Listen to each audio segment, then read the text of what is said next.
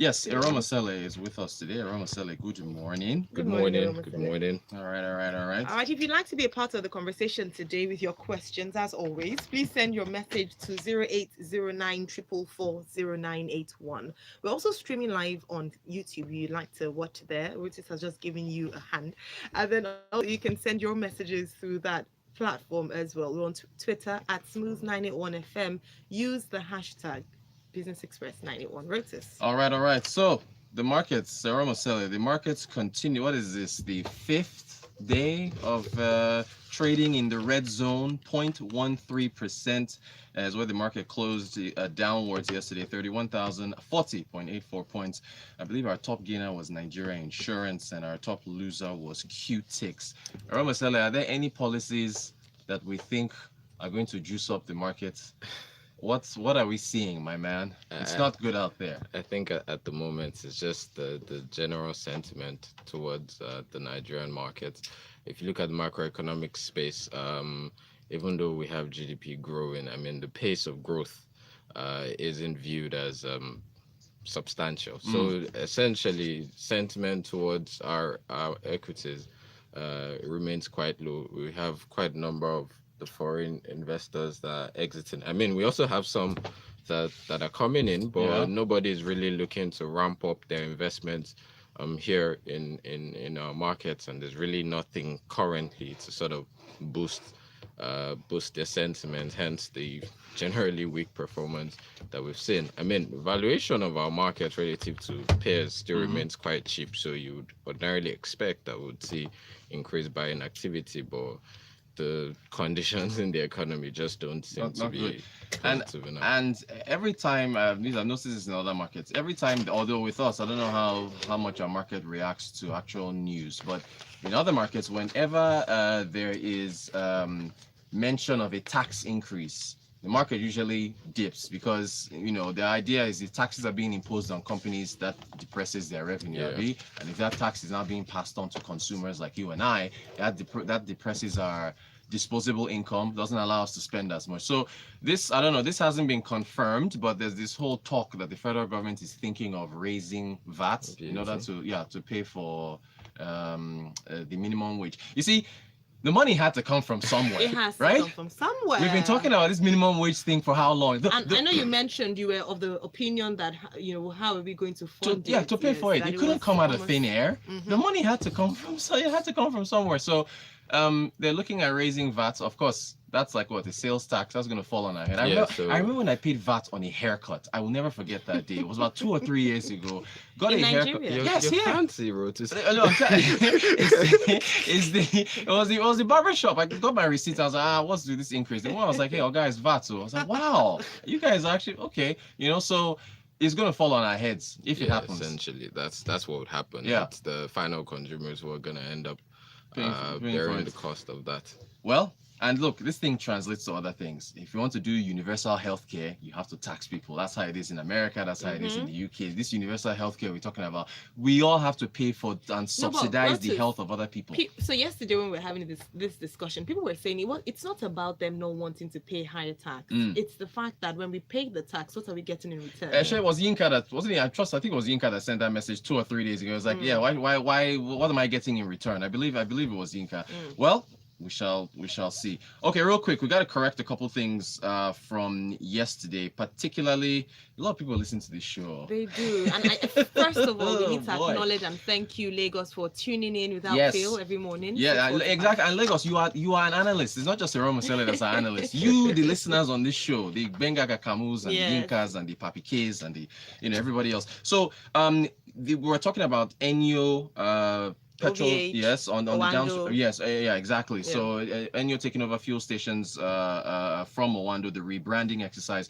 We did say, and this was incorrect, that Enyo was in the market through Vitol. There is no link. All right. So apologies to mislead anyone yesterday. I was listening to the broadcast. There is no link between Enyo and Vitol. So Enyo is an indigenous company. They're in here by their own accord, and there is actually no link between the two. Yes, all right? and the big. Just to I clear that have up. had the opportunity to have a conversation with their director CEO, who is Yomi Awobokun, a young man doing absolutely wonderful work. But Fantastic work. funny enough, well, we do have to point this out. Mr. Obokun, who is the CEO of Enyo, he was actually former CEO of Owando Downstream. So, technically that's kind of a link. But they're separate. There's no link. I'm looking for trouble. All right, There's and no also link. just clarify something as well, that OVH, because they also put the link with Owando and OVH as well, just to also separate that. Yeah, that was the divestment. Yeah, at the top. So so no link there. Also, okay, quickly, questions as well. Obiageli, I hope I pronounced that correctly. Has Heritage Bank been recapitalized? I haven't seen any news to that effect. Eromosele, have you heard anything about? We haven't seen anything out there yet as regards to recapitalization. So nothing. But I haven't heard anything about Heritage Bank being recapitalized as far as that's concerned. Yinkus, who has continued to ask about his tax issues, he sent a question yesterday. He was asking about the 10% withholding tax, taken from as far as share purchases are concerned. He then said that LIRS was still asking to tax the remaining 90% of his capital gains. We told him no, that's not the case. He now sent in a tax form. Yinkus was really serious about this thing. Sent in a tax form. Yinkus, it's a disclosure issue. I actually asked someone, a tax person. The LIRS just wants to know how much you got in dividends. They're not going to tax it further. It's just disclosure. So you're not paying anything further. Mo was asking about Gokada and their little running with the Lagos State as far as motorcycles are concerned. Yes. We want to treat that tomorrow on Tech Friday. So just hang on that one. We want to take a look at that for Tech Friday. So I think we have addressed as many of the questions that came in yesterday and taken care of all of them. Eromosele, shall we quickly talk about Dangote and his tomato paste factory? Yeah. I hear he's back on stream. Yeah, I hear after 2 years of being facing supply issues, pests, stuff like that, he's now back and hopefully being able to produce as many tomatoes as his factory can. Yeah, I mean, since Godwin Emefiele, the CBN governor, visited the plant, there's been a lot of talk that the plant might be coming back online. Actually, earlier this week, this report seems to conflict what we heard like earlier in the week, like from management of the company, that the tomato paste plant was going to resume production, but there was no timeline yet as to when because some of the issues that the plant had earlier, substandard tomato products from the local farmers that they would be buying from because of issues of like pest control and all. Some of those challenges were actually still there. Okay. And the fact that you have tomato and tomato paste on the list of items that have been banned from importation as well, local production is not enough to meet the local demand here. So that factor was expected to continue to pressure any activities that could potentially come out from the tomato paste plant. But I mean, from this report, it seems like they're planning to start production again. The question always is, do we have a comparative advantage here? Should we keep forcing this issue, or can we actually produce as many tomatoes as we want? We'll have to see. I must touch on Ibrahim's question. This is 2 days now. Yeah, Ibrahim and the court case involving Nigeria and PNID. So I finally have the gist on this now. So PNID, which is Process and Industrial Developments, they entered into a natural gas agreement with Nigeria back in 2010. I mentioned this yesterday. Back in 2010, they were supposed to build a natural gas plant. Federal government of Nigeria was supposed to build pipelines that were going to bring untreated gas to this particular plant. The company says that they invested about $40 million in this particular project, although the Bloomberg story I read said they didn't actually build any particular gas plant. So not sure where the $40 million investment went towards. However, they invested all that money. Federal government did not follow up on its own parts of its agreement. They took the case to an English court. They won a judgment in 2015. It was $6.6 billion, and because of interest on that has now increased to about $9 billion. They want to take it now to an American court so that they can freeze the federal government's earnings, which are of course in dollars since we sell oil. So Ibrahim, that is the gist, and you were correct in your initial text message when you said that you believe the extra amount is in interest. The scary thing now is, can Nigeria actually settle this case? Our federal reserves, foreign reserves, are about $42 billion dollars. This thing is about $9 billion. Is essentially what almost our is in fact 1/3 of our budget. So it's quite a lot. So we have to see how it will affect things. So I just remember that. Have to address Ibrahim as well. Still have messages. We have messages, and hopefully most of them are comments and not questions to you. Benga Komo, of course, says the Federal Revenue Service has stated in the newspaper today that it wasn't their chairman who called for a 50% increase in tax. Okay. But the real question is, how do we pay? We're already squeezed. What's the way forward?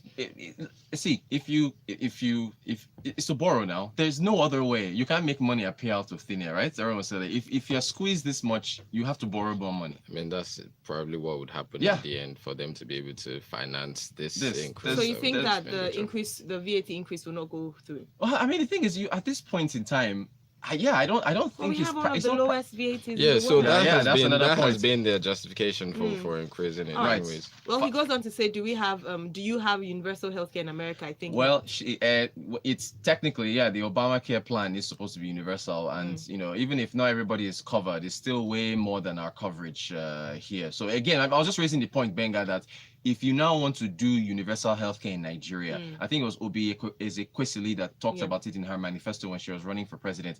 How do you fund it? How? Where is the money coming from? So well, Prince also corroborates Benga Komu's comment, saying that the FIRS has issued a press release yesterday denying that the government is proposing to increase VAT.